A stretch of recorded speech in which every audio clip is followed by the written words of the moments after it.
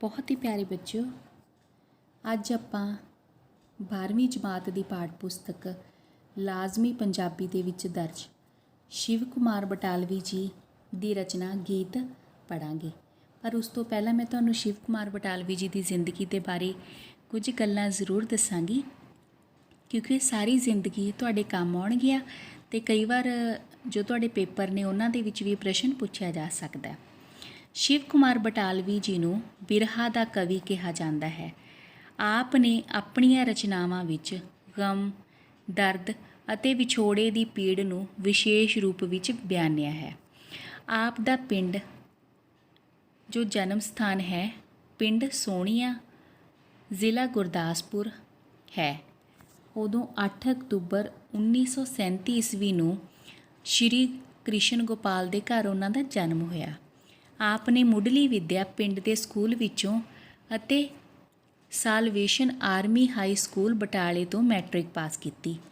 ਆਪ ਕਾਲਜ ਦਾਖਲ ਹੋਏ ਤਾਂ ਸਹੀ, ਪਰ ਪੜ੍ਹਾਈ ਵਿੱਚ ਹੀ ਛੱਡ ਦਿੱਤੀ ਅਤੇ ਪੜ੍ਹਾਈ ਦੇ ਦੌਰਾਨ ਹੀ ਕਵਿਤਾ ਲਿਖਣੀ ਸ਼ੁਰੂ ਕਰ ਦਿੱਤੀ। ਆਪ ਕੁਝ ਸਮਾਂ ਪਟਵਾਰੀ ਲੱਗੇ ਰਹੇ, ਪਰ ਛੇਤੀ ਹੀ ਇਹ ਨੌਕਰੀ ਛੱਡ ਦਿੱਤੀ ਅਤੇ ਫਿਰ state bank of India Chandigarh ਵਿੱਚ ਲੱਗੇ ਰਹੇ, ਪਰੰਤੂ ਆਪ ਦਾ ਰੁਝਾਨ ਕਵਿਤਾ ਲਿਖਣ ਵੱਲ ਹੀ ਰਿਹਾ। ਸ਼ਿਵ ਕੁਮਾਰ ਬਟਾਲਵੀ ਜੀ ਦੀ ਕਵਿਤਾ ਦਰਦ, ਵਿਛੋੜੇ, ਗਮ ਅਤੇ ਪੀੜ ਨਾਲ ਭਿੱਜੀ ਹੋਈ ਹੈ। ਆਪ ਨੇ ਬਿਰਹਾ ਦੀ ਪੀੜ ਨੂੰ ਪੇਸ਼ ਕਰਨ ਲਈ ਉਪਮਾ ਅਲੰਕਾਰ ਲੋਕ ਸੰਸਕ੍ਰਿਤੀ ਵਿੱਚੋਂ ਲਏ ਹਨ। ਆਪ ਦੀ ਜੋ ਬੋਲੀ ਹੈ ਉਸ ਦੇ ਉੱਪਰ ਉਹਨਾਂ ਦਾ ਵਿਸ਼ੇਸ਼ ਕਾਬੂ ਹੈ। ਲੋਕ ਬੋਲੀ ਵਿੱਚੋਂ ਲਏ ਗਏ ਸ਼ਬਦ ਆਪ ਦੀ ਕਵਿਤਾ ਵਿੱਚ ਨਿਵੇਕਲੇ ਅਰਥ ਅਤੇ ਭਾਵ ਪੈਦਾ ਕਰਦੇ ਹਨ। ਹੱਥਲੇ ਕਾਵਿ ਸੰਗ੍ਰਹਿ ਵਿੱਚ ਆਪ ਦੀ ਕਵਿਤਾ ਗੀਤ ਸ਼ਾਮਿਲ ਕੀਤੀ ਗਈ ਹੈ। ਬਹੁਤ ਸੁੰਦਰ ਲਿਖਦੇ ਨੇ ਬੱਚੋ, ਬਹੁਤ ਸੋਹਣਾ ਮਤਲਬ ਉਹਨਾਂ ਨੇ ਲਿਖਿਆ। ਸਭ ਤੋਂ ਪਹਿਲਾਂ ਹੈ ਅਤੇ ਥੋੜ੍ਹੀ ਜਿਹੀ ਜਾਣਕਾਰੀ ਮੈਂ ਤੁਹਾਨੂੰ ਦੱਸ ਦੇਵਾਂ ਇਹਨਾਂ ਦੇ ਬਾਰੇ। ਇਹ ਲਾਜ਼ਮੀ ਪੰਜਾਬੀ ਦੇ ਵਿੱਚ ਦਰਜ ਹੈ ਕਵਿਤਾ ਗੀਤ। ਇਹ ਬਿਰਹੋਂ ਦੇ ਦੁੱਖ ਨਾਲ ਭਰਿਆ ਇੱਕ ਵਿਸ਼ਾਦ ਭਰਪੂਰ ਗੀਤ ਹੈ। ਇਸ ਵਿੱਚ ਕਵੀ ਆਪਣੀ ਮਰ ਚੁੱਕੀ ਪ੍ਰੇਮਿਕਾ ਦੇ ਵਿਛੋੜੇ ਅਤੇ ਦੁੱਖ ਅਤੇ ਹੋਣੀ ਦੁਆਰਾ ਦਿੱਤੀਆਂ ਜਾ ਰਹੀਆਂ ਪੀੜਾਂ ਨੂੰ ਡਾਢੇ ਵਿਸ਼ਾਦ ਭਰੇ ਭਾਵਾਂ ਨਾਲ ਗੁੰਨ ਕੇ ਪੇਸ਼ ਕਰਦਾ ਹੈ। ਤੈਨੂੰ ਦਿਆਂ ਹੰਝੂਆਂ ਦਾ ਭਾੜਾ, ਨੀ ਪੀੜਾਂ ਦਾ ਪਰਾਗਾ ਭੁੰਨ ਦੇ ਭੱਠੀ ਵਾਲੀਏ। ਭੱਠੀ ਵਾਲੀਏ ਚੰਬੇ ਦੀਏ ਡਾਲੀਏ, ਨੀ ਦੁੱਖਾਂ ਦਾ ਪਰਾਗਾ ਭੁੰਨ ਦੇ ਭੱਠੀ ਵਾਲੀਏ। ਹੋ ਗਿਆ ਕੁਵੇਲਾ ਮੈਨੂੰ ਢਲ ਗਈਆਂ ਛਾਵਾਂ ਨੀ, ਬੇਲਿਆਂ 'ਚੋਂ ਮੁੜ ਆਈਆਂ ਮੱਝੀਆਂ ਤੇ ਗਾਵਾਂ ਨੀ।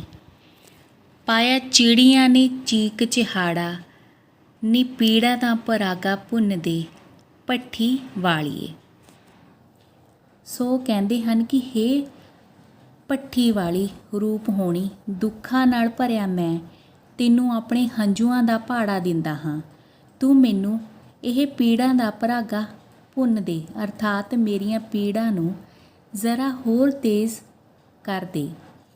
ਤੂੰ ਤਾਂ ਚੰਬੇ ਦੀ ਡਾਲੀ ਵਰਗੀ ਸੋਹਣੀ ਹੈ, ਬਹੁਤ ਸੋਹਣੀ ਹੈ। ਮੈਂ ਤੈਨੂੰ ਵਾਰ-ਵਾਰ ਕਹਿੰਦਾ ਹਾਂ ਕਿ ਤੂੰ ਮੈਨੂੰ ਪੀੜਾਂ ਦਾ ਪਰਾਗਾ ਭੁੰਨ ਦੇ, ਅਰਥਾਤ ਤੂੰ ਮੇਰੇ ਗਮਾਂ ਨੂੰ ਜ਼ਰਾ ਹੋਰ ਕਰਾਰਾ ਕਰ ਦੇ।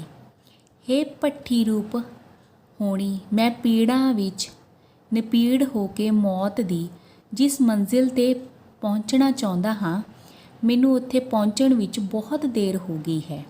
ਦੇਖ ਸ਼ਾਮ ਪੈ ਰਹੀ ਹੈ, ਪਰਛਾਵੇਂ ਢਲ ਗਏ ਹਨ।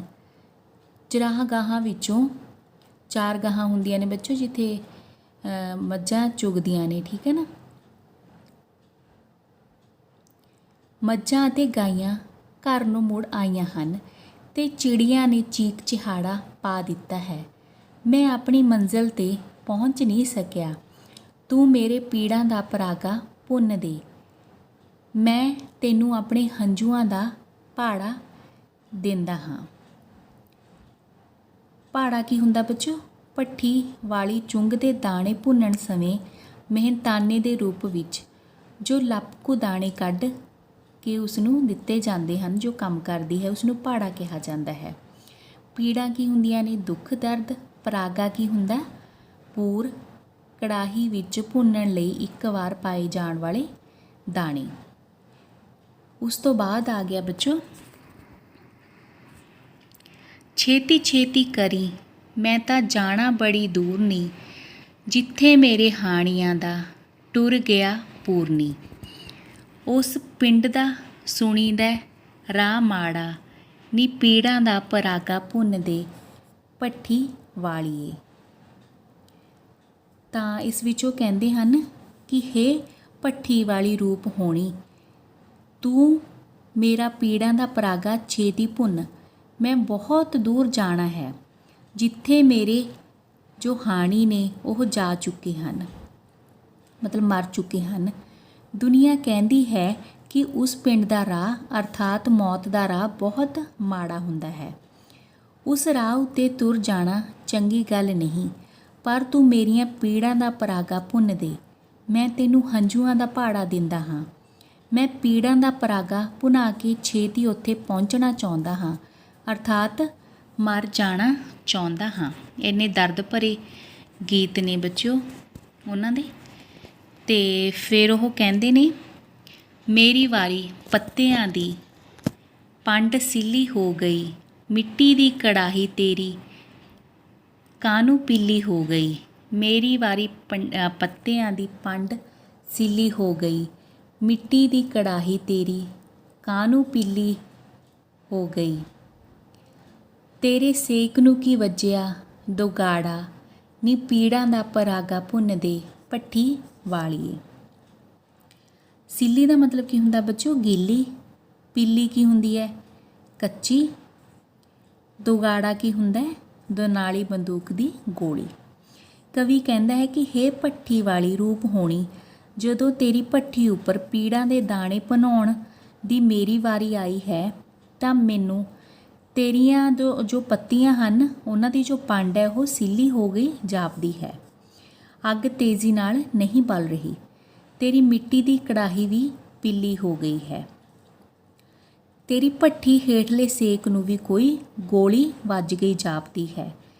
ਮੈਂ ਤੇਰੇ ਅੱਗੇ ਤਰਲਾ ਕਰਦਾ ਹਾਂ ਕਿ ਮੇਰੀਆਂ ਜੋ ਪੀੜਾਂ ਹਨ ਉਹਨਾਂ ਦਾ ਪਰਾਗਾ ਤੂੰ ਮੈਨੂੰ ਭੁੰਨ ਦੇ, ਹੈ ਨਾ।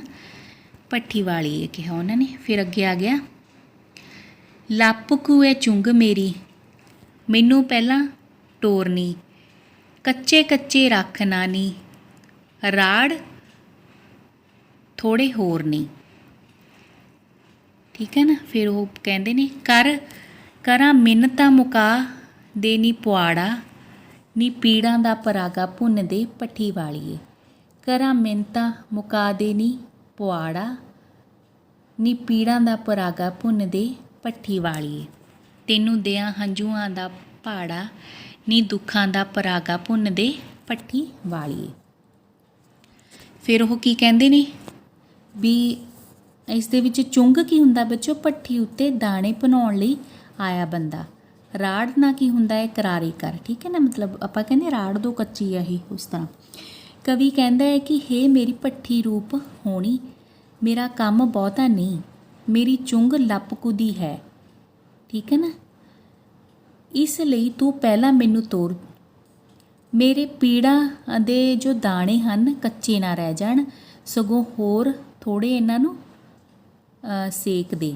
ਮੈਂ ਮਿੰਨਤਾਂ ਕਰਦਾ ਹਾਂ ਕਿ ਤੂੰ ਪੀੜਾਂ ਨੂੰ ਤੇਜ਼ ਕਰਕੇ ਇਸ ਦੁਖੀ ਹੋਏ ਬੰਦੇ ਦੇ ਦਿਲ ਦਾ ਪੁਆੜਾ ਹੀ ਮੁਕਾ ਦੇ। ਇਸ ਲਈ ਤੂੰ ਮੇਰਾ ਪੀੜਾਂ ਦਾ ਪਰਾਗਾ ਛੇਤੀ ਭੁੰਨ, ਮੈਂ ਤੈਨੂੰ ਹੰਝੂਆਂ ਦਾ ਭਾੜਾ ਦਿੰਦਾ ਹਾਂ। ਦੇਖੋ ਕਿੰਨਾ ਦਰਦ ਭਰਿਆ ਲਿਖਿਆ ਉਹਨਾਂ ਨੇ। ਸੌਂ ਗਈਆਂ ਹਵਾਵਾਂ ਰੋ ਰੋ ਕਰ ਵਿਰਲਾਪ ਨੀ, ਤਾਰਿਆਂ ਨੂੰ ਚੜ੍ਹ ਗਿਆ ਮੱਠਾ ਮੱਠਾ ਤਾਪ ਨੀ। ਜੰਝ ਸਾਵਾਂ ਦੀ ਦਾ ਰੁੱਸ ਗਿਆ ਲਾੜਾ, ਨੀ ਪੀੜਾਂ ਦਾ ਪਰਾਗਾ ਭੁੰਨ ਦੇ ਭੱਠੀ ਵਾਲੀਏ। ਤੈਨੂੰ ਦਿਆਂ ਹੰਝੂਆਂ ਦਾ ਭਾੜਾ, ਨੀ ਪੀੜਾਂ ਦਾ ਪਰਾਗਾ ਭੁੰਨ ਦੇ ਭੱਠੀ ਵਾਲੀਏ। ਉਹ ਕਹਿੰਦੇ ਹਨ ਕਿ ਹੇ ਮੇਰੀ ਭੱਠੀ ਵਾਲੀ ਰੂਪ ਹੋਣੀ, ਮੈਂ ਤੇਰੇ ਕੋਲੋਂ ਪੀੜਾ ਰੂਪ ਦਾਣੇ ਭੁਨਾਉਣ ਲਈ ਆਇਆ ਹਾਂ, ਅਤੇ ਮੈਨੂੰ ਬਹੁਤ ਦੇਰ ਹੋ ਗਈ ਇੱਥੇ ਖੜ੍ਹੇ ਨੂੰ। ਹੁਣ ਤਾਂ ਹਵਾਵਾਂ ਵੀ ਮੇਰੇ ਦੁਖੀ ਦਿਲ ਨੂੰ ਦੇਖ ਕੇ ਵਿਰਲਾਪ ਕਰਦੀਆਂ ਥੱਕ ਕੇ ਸੌਂ ਗਈਆਂ ਹਨ। ਮੇਰੇ ਦੁੱਖ ਕਾਰਨ ਤਾਰਿਆਂ ਨੂੰ ਮੱਠਾ ਮੱਠਾ ਬੁਖਾਰ ਚੜ੍ਹ ਗਿਆ ਜਾਪਦਾ ਹੈ। ਮੇਰੇ ਸਾਵਾਂ ਦੀ ਜੰਝ ਦਾ ਲਾੜਾ ਵੀ ਗੁੱਸੇ ਹੋ ਗਿਆ ਲੱਗਦਾ ਹੈ। ਫਲਸਰੂਪ ਮੇਰੇ ਸਾਹ ਰੁਕ ਗਏ ਹਨ। ਮੌਤ ਨੇੜੇ ਆ ਗਈ ਹੈ।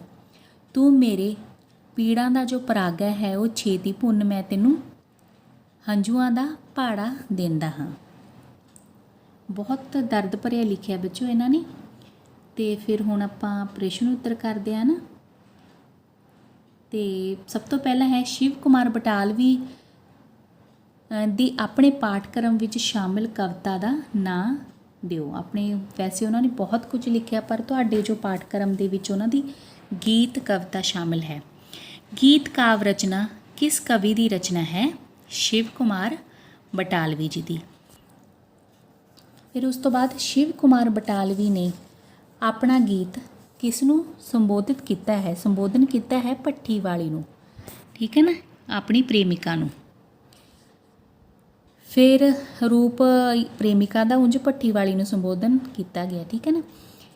ਕਵੀ ਭੱਠੀ ਵਾਲੀ ਨੂੰ ਛੇਤੀ ਕਰਨ ਲਈ ਕਿਉਂ ਆਖਦਾ ਹੈ? ਸ਼ਿਵ ਕੁਮਾਰ ਬਟਾਲਵੀ ਦੀ ਰਚਨਾ ਦੇ ਆਧਾਰਤ ਦੱਸੋ।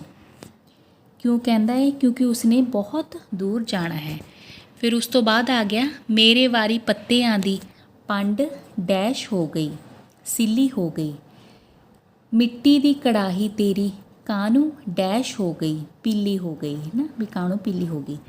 ਫਿਰ ਉਸ ਤੋਂ ਬਾਅਦ ਆ ਗਿਆ ਸ਼ਿਵ ਕੁਮਾਰ ਬਟਾਲਵੀ ਦੀ ਰਚਨਾ ਗੀਤ ਵਿੱਚ ਜੋ ਉਪਰੋਕਤ ਕਾਵ ਸਤਰਾਂ ਨੇ ਆਪਾਂ ਪੂਰੀਆਂ ਕਰ ਦਿੱਤੀਆਂ ਹਨ।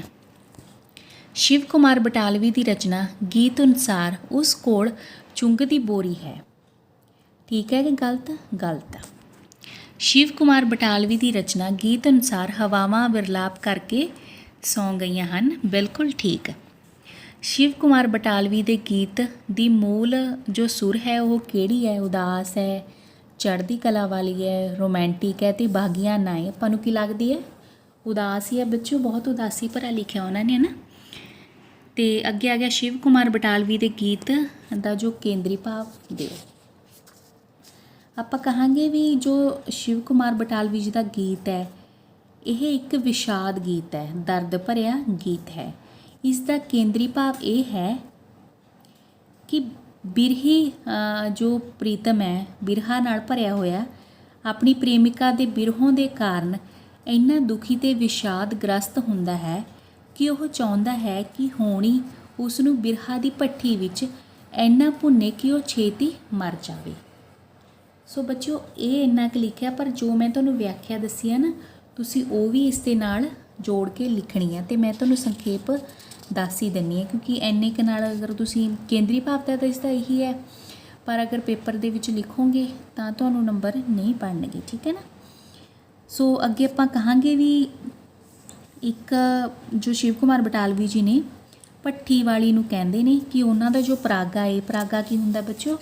ਪਰਾਗਾ ਆਪਾਂ ਕਹਿੰਦੇ ਵੀ ਕੜਾਹੀ ਦੇ ਵਿੱਚ ਜਿੰਨਾ ਕੁ ਵੀ ਪੂਰਾ ਆ ਜਾਂਦਾ ਹੈ ਨਾ ਉਹਨੂੰ ਪਰਾਗਾ ਕਿਹਾ ਜਾਂਦਾ। ਭੱਠੀ ਵਾਲੀ 'ਤੇ ਆਪਾਂ ਦਾਣੇ ਭਨੋ ਕੇ ਲਿਆਉਣੇ ਹੁੰਦੇ ਨਾ, ਤਾਂ ਉਹ ਕਹਿੰਦੇ ਨੇ ਵੀ ਤੂੰ ਮੇਰੇ ਜੋ ਪੀੜਾਂ ਦਾ ਪਰਾਗਾ ਹੈ ਉਹ ਜਲਦੀ ਜਲਦੀ ਭੁੰਨ ਦੇ, ਕਿਉਂਕਿ ਮੈਂ ਜਾਣਾ ਹੈ। ਉਸ ਨੂੰ ਸੋਹਣੀ ਵੀ ਕਹਿੰਦੇ ਨੇ ਉਹ ਵੀ, ਤੂੰ ਬਹੁਤ ਸੁੰਦਰ ਹੈ, ਤੂੰ ਛੇਤੀ ਮੇਰਾ ਪਰਾਗਾ ਭੁੰਨ ਤੇ ਮੈਂ ਜਾਣਾ ਹੈ। ਉਸ ਤੋਂ ਬਾਅਦ ਮੇਰੇ ਹਾਣੀ ਕਹਿੰਦੇ ਮਰ ਕੇ ਜਾ ਚੁੱਕੇ ਨੇ, ਵੀ ਮੈਂ ਉੱਥੇ ਜਾਣਾ ਚਾਹੁੰਦਾ, ਪਰ ਲੋਕ ਮੈਨੂੰ ਕਹਿੰਦੇ ਨੇ ਵੀ ਉਹ ਰਾਹ ਬਹੁਤ ਮਾੜਾ ਏ, ਤੇ ਪਰ ਮੈਂ ਕੀ ਕਰਾਂ, ਮੈਂ ਬਹੁਤ ਦਰਦ ਨਾਲ ਭਰਿਆ ਮਹਿਸੂਸ ਕਰਦਾ ਹਾਂ। ਉਹ ਕਹਿੰਦੇ ਨੇ ਵੀ ਤੂੰ ਮੇਰਾ ਜੋ ਦਾਣੇ ਨੇ ਕਿਉਂ ਨਹੀਂ ਭੁੰਨ ਰਹੀ। ਬੱਚੋ ਇਹ ਔਖਾ ਨਹੀਂ, ਇਹਨੂੰ ਭੱਠੀ ਵਾਲੀ ਦੇ ਰੂਪ ਦੇ ਵਿੱਚ ਸੰਬੋਧਨ ਕਰ ਲਓ, ਠੀਕ ਹੈ। ਭੱਠੀ ਲੱਗੀ ਹੋਈ ਹੈ ਜਿਵੇਂ, ਤੇ ਆਪਣੀ ਕਲਪਨਾ ਕਰ ਲਓ। ਤਾਂ ਉਹ ਕਹਿੰਦੇ ਨੇ ਵੀ ਤੇਰੀ ਜੋ ਪੱਤਿਆਂ ਦੀ ਪੰਡ ਹੈ, ਮਤਲਬ ਜਿਹਦੇ ਨਾਲ ਅੱਗ ਬਾਲ ਕੇ ਆਪਾਂ ਦਾਣੇ ਬਣਾਵਾਂਗੇ ਨਾ, ਹੋਰ ਤਾਂ ਬਣਾਵਾਂਗੇ ਨਹੀਂ, ਤੇ ਵੀ ਉਹ ਸਿੱਲੀ ਹੋ ਗਈ। ਸਿੱਲੇ ਪੱਤੇ ਬਲਦੇ ਨਹੀਂ ਹੁੰਦੇ ਛੇਤੀ, ਵੀ ਕਿਉਂ ਨਹੀਂ ਸੇਕ ਲੱਗ ਰਿਹਾ, ਵੀ ਤੂੰ ਕਿਉਂ ਨਹੀਂ ਮੇਰੇ ਪੀੜਾਂ ਦਾ ਪਰਾਗਾ ਭੁੰਨਦੀ, ਵੀ ਛੇਤੀ ਕਰ ਤੂੰ, ਠੀਕ ਹੈ ਨਾ। ਵੀ ਮੇਰੀ ਪੀੜ ਹੈ ਜੋ ਇੰਨੀ ਵੱਧ ਚੁੱਕੀ ਹੈ, ਤੂੰ ਦਾਣੇ ਚੱਲ ਭੁੰਨਣ ਤਾਂ ਲੱਗ ਗਈ, ਪਰ ਇਹ ਦਾਣਿਆਂ ਨੂੰ ਕੱਚਾ ਨਾ ਰੱਖ, ਇਹਨਾਂ ਨੂੰ ਹੋਰ ਕਰਾਰਾ ਕਰ ਤੂੰ, ਭੁੰਨ ਹੋਰ, ਹੈ ਨਾ, ਵੀ ਸਾਰਾ ਤੂੰ ਜਿਹੜਾ ਝਗੜਾ ਹੈ ਉਹ ਮੁਕਾ ਦੇ, ਠੀਕ ਹੈ। ਤਾਂ ਮੇਰੇ ਦੁੱਖ ਨਾਲ ਜੋ ਮੇਰੀਆਂ ਪੀੜਾਂ ਨੇ ਤੂੰ ਨਹੀਂ ਸਮਝ ਰਹੀ, ਪਰ ਹਵਾਵਾਂ ਵੀ ਇਸ ਨੂੰ ਦੇਖ ਦੇਖ ਕੇ ਵਿਰਲਾਪ ਕਰ ਰਹੀਆਂ ਹਨ, ਸੌਂ ਗਈਆਂ ਹਨ, ਠੀਕ ਹੈ ਨਾ। ਮੇਰੇ ਦੁੱਖ ਕਾਰਨ ਤਾਰਿਆਂ ਨੂੰ ਵੀ ਜਦੋਂ ਸੌਂਦੇ ਆਪਾਂ ਰਾਤ ਹੋ ਜਾਂਦੀ ਹੈ ਨਾ, ਮੱਠਾ ਮੱਠਾ ਤਾਰਿਆਂ ਨੂੰ ਵੀ ਬੁਖਾਰ ਚੜ੍ਹ ਗਿਆ ਜਾਪਦਾ ਹੈ। ਮੇਰੇ ਸਾਹਾਂ ਦੀ ਜੋ ਜੰਝ ਹੈ ਉਹਦਾ ਵੀ ਲਾੜਾ ਰੁੱਸ ਗਿਆ ਹੈ। ਫਲਸਰੂਪ ਮੇਰੇ ਸਾਹ ਵੀ ਰੁਕ ਗਏ ਹਨ, ਮੌਤ ਨੇੜੇ ਆ ਗਈ ਹੈ। ਤੂੰ ਮੇਰੇ ਪੀੜਾਂ ਦਾ ਪਰਾਗਾ ਛੇਤੀ ਭੁੰਨ ਕੇ ਮੈਨੂੰ ਹੰਝੂਆਂ ਦਾ ਭਾੜਾ ਦੇ। ਬੱਚੋ ਇਹ ਬਹੁਤ ਸੋਹਣਾ ਗਾਇਆ ਜਾਂਦਾ, ਗਾਇਆ ਵੀ ਹੋਇਆ, ਬਹੁਤ ਨਾਮੀ ਕਲਾਕਾਰਾਂ ਨੇ ਇਸ ਨੂੰ ਗਾਇਆ ਹੋਇਆ। ਤਾਂ ਮੈਂ ਤੁਹਾਨੂੰ ਇੱਕ ਜੋ ਸਤਰਾਂ ਨੇ, ਕੁਝ ਕੁ ਸਤਰਾਂ ਮੈਂ ਤੁਹਾਨੂੰ ਗਾ ਕੇ ਸੁਣਾਉਣੀ ਹੈ, ਠੀਕ ਹੈ। ਤੈਨੂੰ ਦਿਆਂ ਹੰਝੂਆਂ ਦਾ ਪਾੜਾ ਨੀ, ਪੀੜਾਂ ਦਾ ਪਰਾਗਾ ਭੁੰਨ ਦੇਣੀ ਭੱਠੀ ਵਾਲੀਏ। ਭੱਠੀ ਵਾਲੀਏ ਚੰਬੇ ਦੀਏ ਡਾਲੀਏ ਨੀ, ਦੁੱਖਾਂ ਦਾ ਪਰਾਗਾ ਭੁੰਨ ਦੇਣੀ ਭੱਠੀ ਵਾਲੀਏ। ਹੋ ਗਿਆ ਕੁਵੇਲਾ ਮੈਨੂੰ ਢਲ ਗਈਆਂ ਛਾਵਾਂ ਨੀ, ਬੇਲਿਆਂ 'ਚੋਂ ਮੁੜ ਆਈਆਂ ਮੱਝੀਆਂ ਤੇ ਗਾਵਾਂ ਨੀ। ਹੋ ਗਿਆ ਕੁਵੇਲਾ ਮੈਨੂੰ ਢਲ ਗਈਆਂ ਛਾਵਾਂ ਨੀ, ਬੇਲਿਆਂ 'ਚੋਂ ਮੁੜ ਆਈਆਂ ਮੱਝੀਆਂ ਤੇ ਗਾਵਾਂ ਨੀ। ਪਾਇਆ ਚਿੜੀਆਂ ਨੇ ਚੀਕ ਚਿਹਾੜਾ ਨੀ, ਪੀੜਾਂ ਦਾ ਪਰਾਗਾ ਭੁੰਨ ਦੇਣੀ ਭੱਠੀ ਵਾਲੀਏ। ਭੱਠੀ ਵਾਲੀਏ ਚੰਬੇ ਦੀਏ ਡਾਲੀਏ ਨੀ, ਦੁੱਖਾਂ ਦਾ ਪਰਾਗਾ ਭੁੰਨ ਦੇਣੀ ਭੱਠੀ ਵਾਲੀਏ। ਤੈਨੂੰ ਦਿਆਂ ਹੰਝੂਆਂ ਦਾ ਪਾੜਾ ਨੀ, ਪੀੜਾਂ ਦਾ ਪਰਾਗਾ ਭੁੰਨ ਦੇਣੀ ਭੱਠੀ ਵਾਲੀਏ। ਸੋ ਇਸ ਤਰ੍ਹਾਂ ਬੱਚਿਓ ਤੁਸੀਂ ਆਪਣੇ ਸੁਰ ਦੇ ਵਿੱਚ ਇਸ ਨੂੰ ਗਾ ਸਕਦੇ ਹੋ। ਔਰ ਪੜ੍ਹਿਆ ਕਰੋ ਬੱਚਿਓ, ਪੰਜਾਬੀ ਸਾਹਿਤ ਬਹੁਤ ਅਮੀਰ ਹੈ, ਬਹੁਤ ਅਮੀਰ ਹੈ, ਠੀਕ ਹੈ ਨਾ। ਸੋ ਆਪਾਂ ਨੇ ਦੇਖਣਾ ਹੈ ਇਸ ਨੂੰ, ਬਾਕੀ ਸੱਭਿਆਚਾਰਾਂ ਨੂੰ ਆਪਾਂ ਬਾਅਦ 'ਚ ਦੇਖਾਂਗੇ, ਪਹਿਲਾਂ ਆਪਣੀ ਅਮੀਰੀ ਨੂੰ ਤਾਂ ਆਪਾਂ ਜਾਂਚ ਲਈਏ ਬੱਚਿਓ। ਕੋਈ ਆਪਾਂ ਨੂੰ ਪੁੱਛੇ ਆਪਣੇ ਸੱਭਿਆਚਾਰ ਬਾਰੇ ਆਪਾਂ ਕੀ ਦੱਸਾਂਗੇ ਉਹਨਾਂ ਨੂੰ, ਇਸ ਕਰਕੇ ਪੜ੍ਹਿਆ ਕਰੋ, ਠੀਕ ਹੈ। ਸੁਣਨ ਅਤੇ ਸਮਝਣ ਲਈ ਤੁਹਾਡਾ ਬਹੁਤ ਬਹੁਤ ਧੰਨਵਾਦ ਬੱਚਿਓ।